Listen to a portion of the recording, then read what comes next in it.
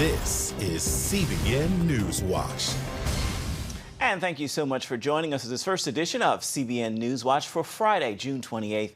I'm Ephraim Graham. Ahead today, it is debate take two for Democratic presidential hopefuls. And we're going to introduce you to some of America's closest friends in the Middle East.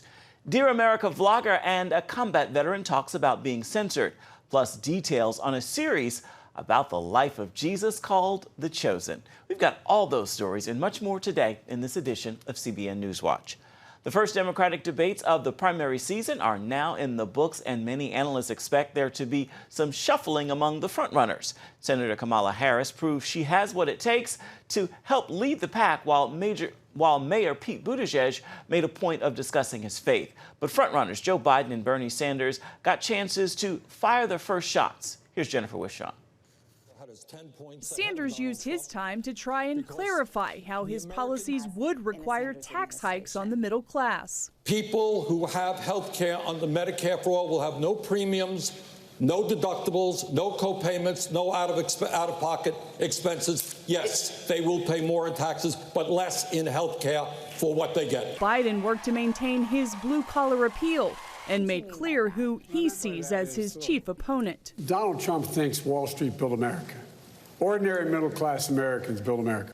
But it was Senator Kamala Harris who distinguished herself, using her skills as a prosecutor to draw blood on Biden's talk this week about his history of working across the aisle. And it's personal, and I was actually it was hurtful to hear you talk about the reputations of two United States senators who built their reputations and career on the segregation of race in this country.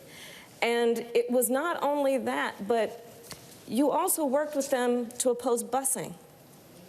And, you know, there was a little girl in California who was part of the second class to integrate her public schools. And she was bused to school every day. And that little girl was me. It's a mischaracterization of my position across the board. I did not praise racist. That is not true. Vice President Biden, do you agree today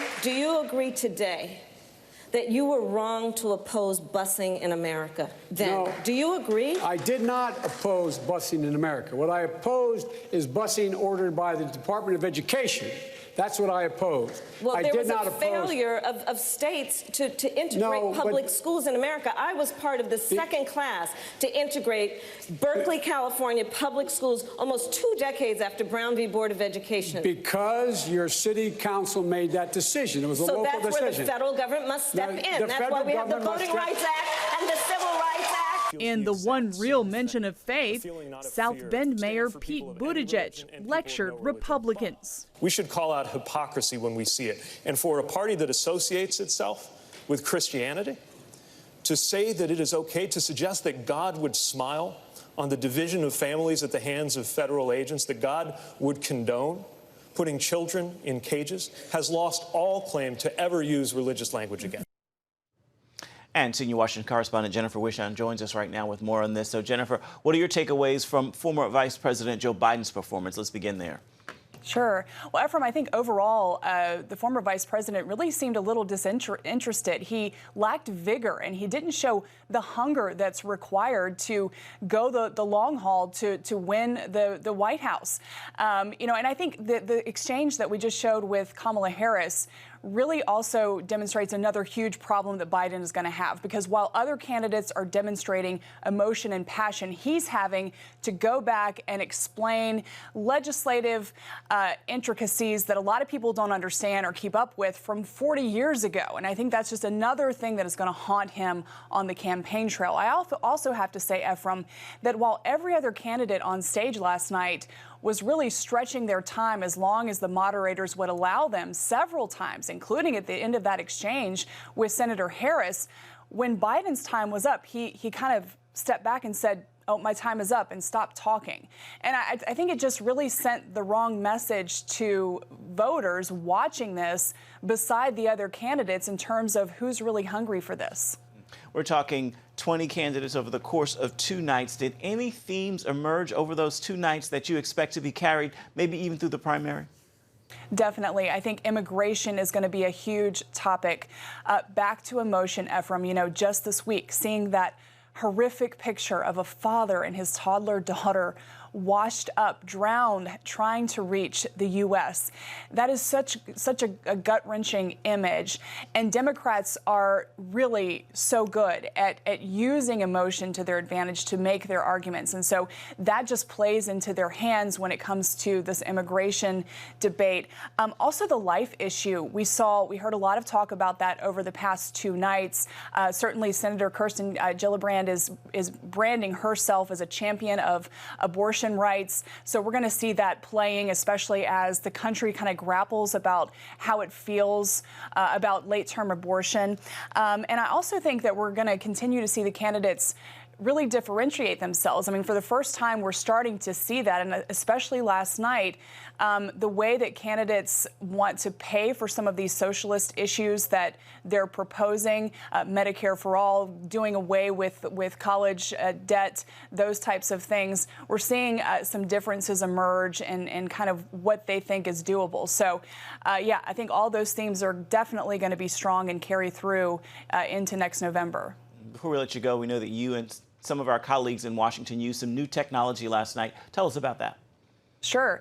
It is an app or platform called Good Talk. And so what we did here in Washington is what we would typically do during a debate, which is text each other with analysis and thoughts throughout the debate. And so we did that. But the neat thing is that CBN's viewers actually got to eavesdrop on our conversation and also ask some questions along the way. It was really fun for us to use because, like I said, we would be doing it anyway. And it allowed our viewers to kind of see what we're thinking as the debate goes on from a Christian perspective. So Good Talk is the platform, and I'm sure that we will continue to use that as these mini debates continue, Ephraim.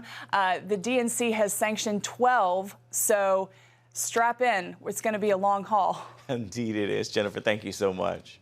Thank you.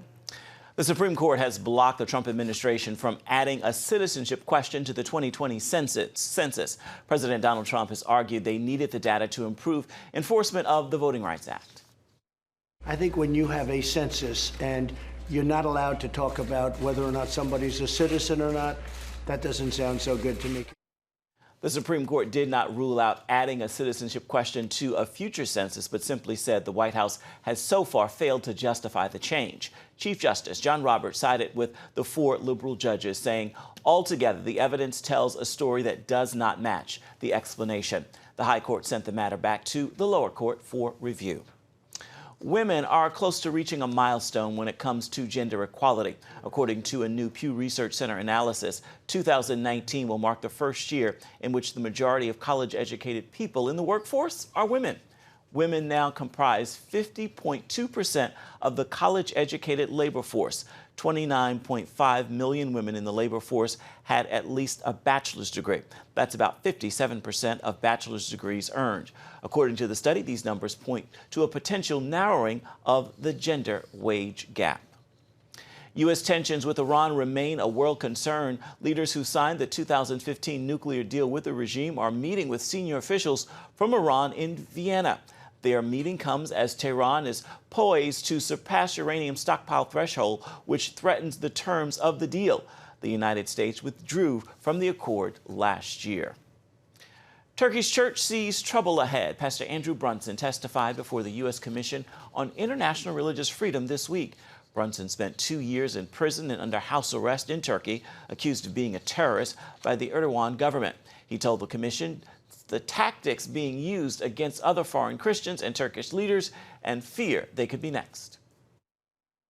Another Turkish church leader wrote to me a few days ago. He said, some Turkish Christians have started to ask, after the foreigners are sent away, what will the government do to us?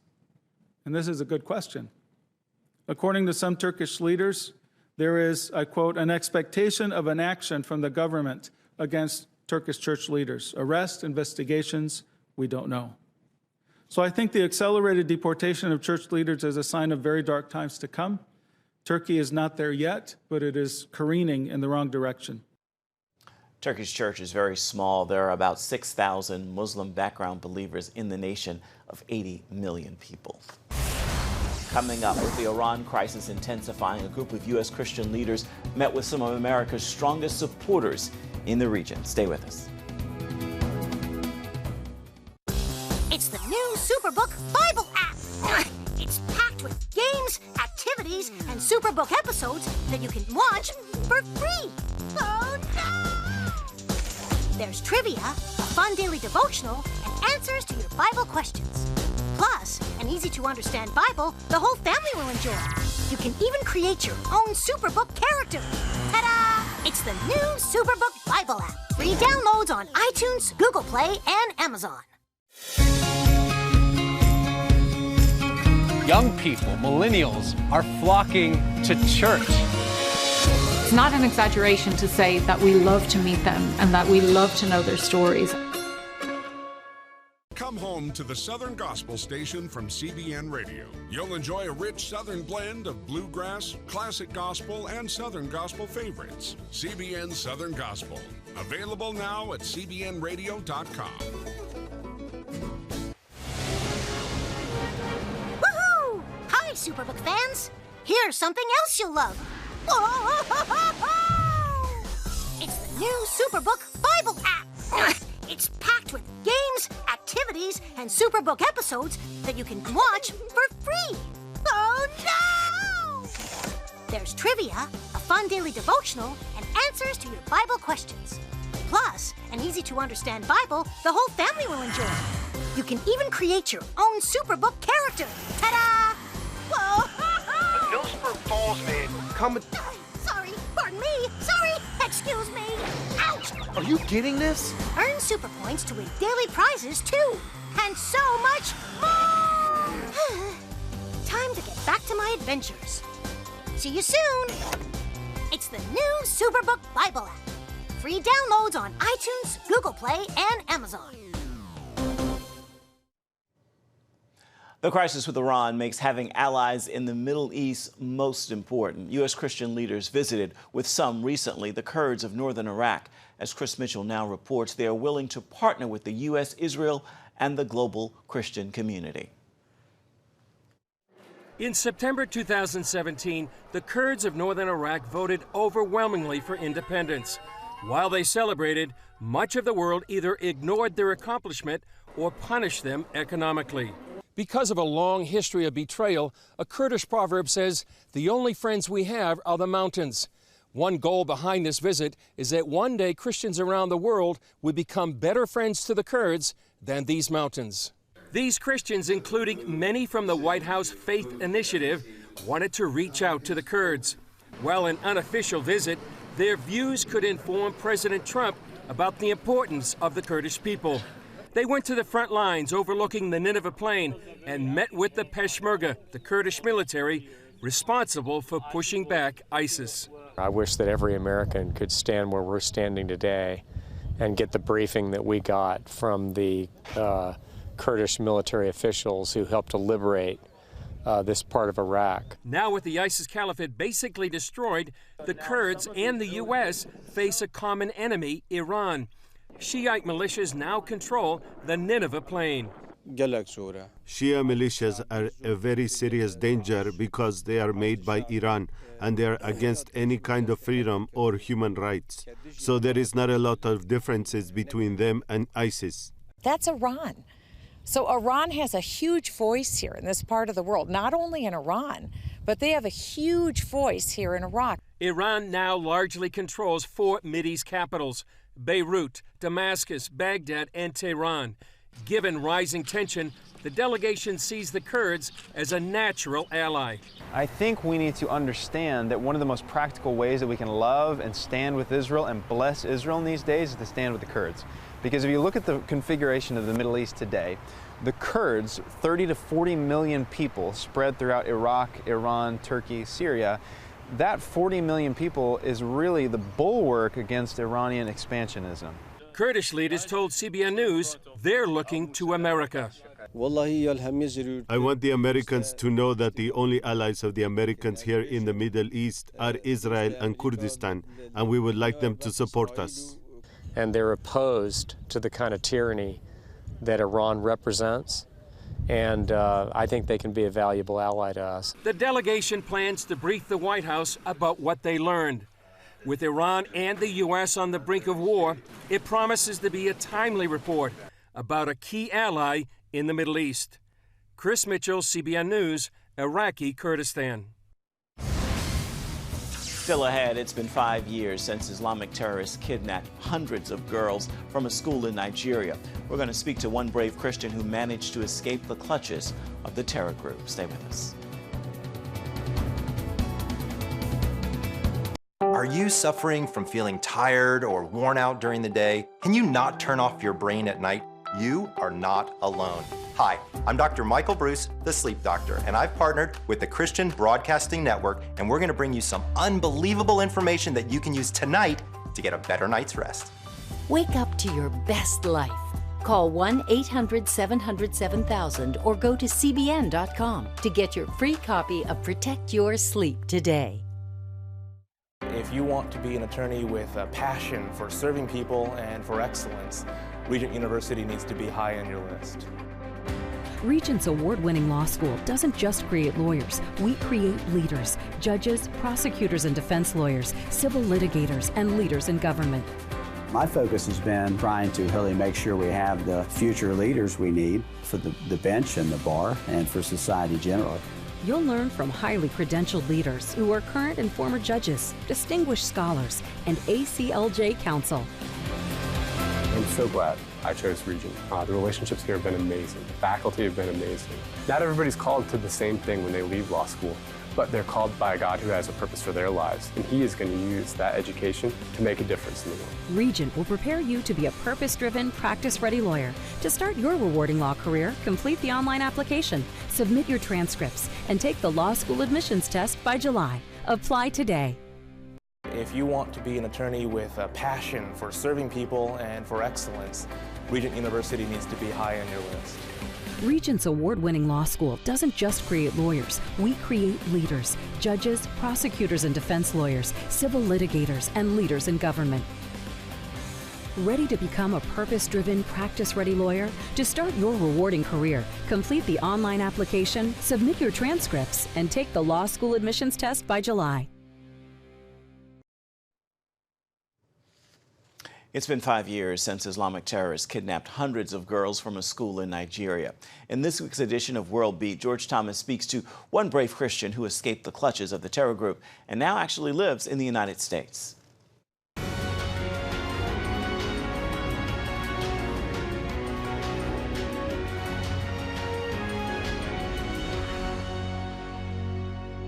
Hello everyone, welcome to World Beat, where we show you what's happening in the world and how you can pray about it. 5 years ago, 276 girls were abducted by the Islamic terror group Boko Haram from a Nigerian school. They came to be known as the Chibok Girls, and their plight sparked global outrage and launched the social media campaign using the hashtag #BringBackOurGirls. 57 of the girls managed to escape within those first frantic moments of the attack on the all-girls school in the small town of Chibok. Over the years, 107 girls were released as part of a deal between the Nigerian government and the Islamic terror group. 5 years later, 112 girls are still missing, prompting accusations that Nigeria's government is doing very little to free the remaining Chibok girls. 23-year-old Joy Bashara was among a handful of girls who managed to escape on that April day in 2014. She's now a junior at Southeastern University in Lakeland, Florida. Joy, thank you so much for coming on the show. How did you manage to escape that night? We were all behind the truck when they took us. So our truck actually loaded first. When they let us out of the school, we were just thinking they were going to let us go because we have this mindset of them not killing women. So, but then when they were leading us into the bush, that was when we realized, oh, we're very wrong. And while that car was driving, I was just crying in the car, wondering what my life will be like. Okay, I'm going to miss my brothers, I'm going to miss my mom, I'm not going to see any of my loved ones. And something just came up, like it just struck me to pray. And then I started praying, asking God to please provide a way for me to go back to my family. And then God answered my prayer. A few minutes later, one of their car wasn't moving, which one of the important person was in there, so they had to fix it. And the people that were around our trucks had to go back in order to help to fix that car, and our truck kept moving. We went far away from those people who were actually watching us. So the last truck, there were 3 trucks, but the last one, I was in there, and we were able to jump out of that truck. So that's how I jumped out and started running through the thorny bushes, and I made it home. Can you share your thoughts, Joy, about the 112 girls who remained captive by Boko Haram 5 years later today?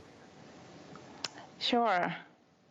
It's kind of heartbreaking that I have to talk about it, because it's just something that is very hard, because it's been 5 years, and just having the thought of your daughter being somewhere alive, you don't know what she's passing through alone is enough. And just watching those parents suffer, and me imagining what the girls are suffering in the bush, what they're passing through, is just so painful.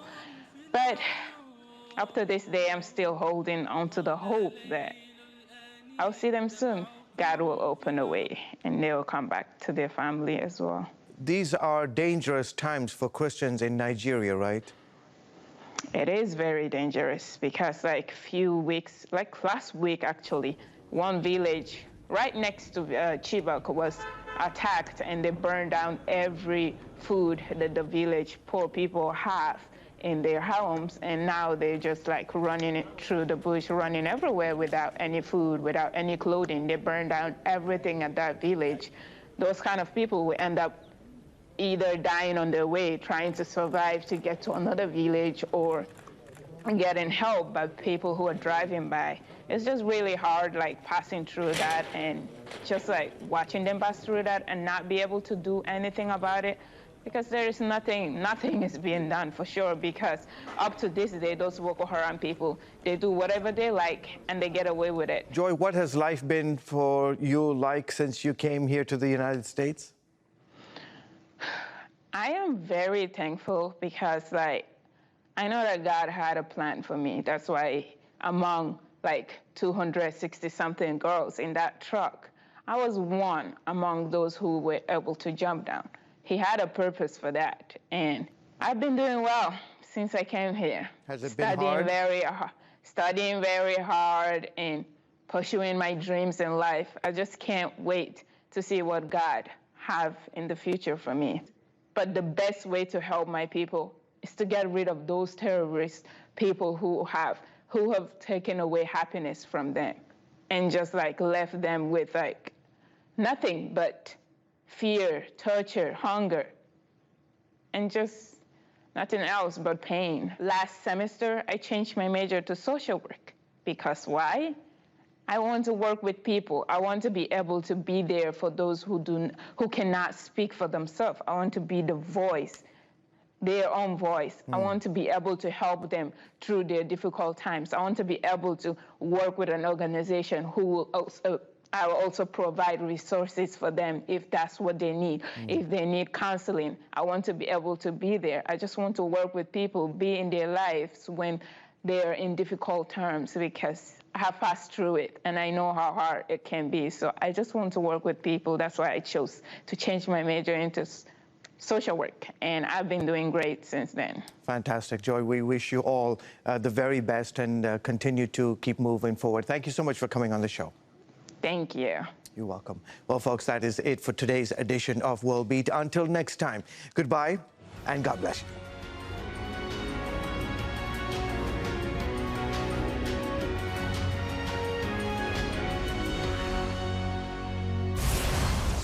Coming up, the series about the life of Jesus and how its creators say it's different than anything else you've seen before. Stay with us.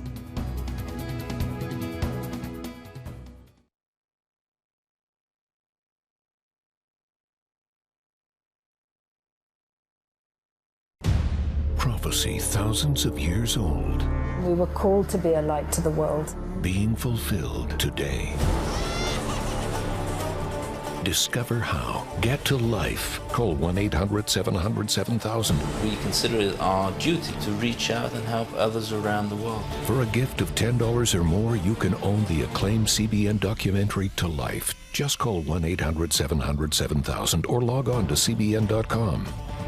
To treat a human, no matter what he is, which religious he have, which color he is, this is what I'm doing. See how the people of Israel are fulfilling prophecy History is being written, and I want to be a part of it. by sharing their knowledge In Africa, in Asia, in South America, in East Europe. and their love. This is how we work. This is us.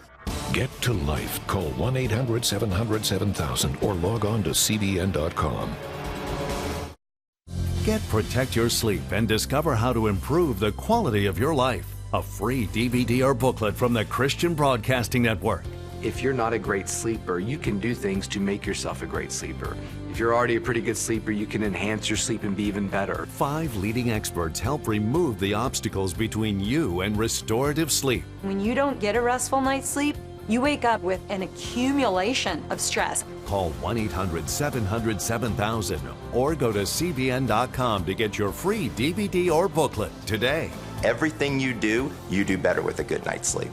You'll discover how food affects your sleep, how to put insomnia to rest, explore effective remedies for sleep apnea, and much more in Protect Your Sleep. Wake up to your best life and get Protect Your Sleep today. Call 1-800-700-7000 or go to CBN.com to get your free DVD or booklet. The Chosen is the first ever multi-season TV series about the life of Jesus, and it is out now. Executive producer Matthew Faraci told Studio 5, the beauty of a multi-season show is that you can really take the time to dig into the characters we've seen in the scriptures. For me personally, I love this kind of content. I love biblical content, but often I've found it to be sometimes stiff, and it didn't feel human to me. It didn't feel watchable to me. And so for me, when I watch these episodes, I get this sense of, oh, this is how it felt. This is how it tasted. This is how it smelled. You feel like you're there. The characters are real and human and accessible. And so it's biblically sound, but it's also great entertainment. And you can find the show at pureflix.com. The Chosen was released, by the way, through VidAngel Studios as a part of a record-breaking crowdfunding media project, with more than 16,000 investors giving more than $10 million to help make it happen. You can see the full interview and story at cbnnews.com. Time now for your Friday Faithful, and today I leave you with this thought: there is no God like the Father of heaven and earth. His gifts of grace and mercy are new every morning. Walk in that grace, walk in that mercy. It's a gift that is impossible to earn. With that word, make today a fabulous Friday and a wonderful weekend ahead. That will do it for this first edition of CBN NewsWatch. Thank you for watching. Remember, you can always get more on the issues you care most about at cbnnews.com. You can also watch CBN News programs throughout the day on the CBN News channel. And you can email us about the stories you've seen at newswatch@cbn.com. Thanks for watching. We'll see you right back here come Monday. Goodbye. God bless.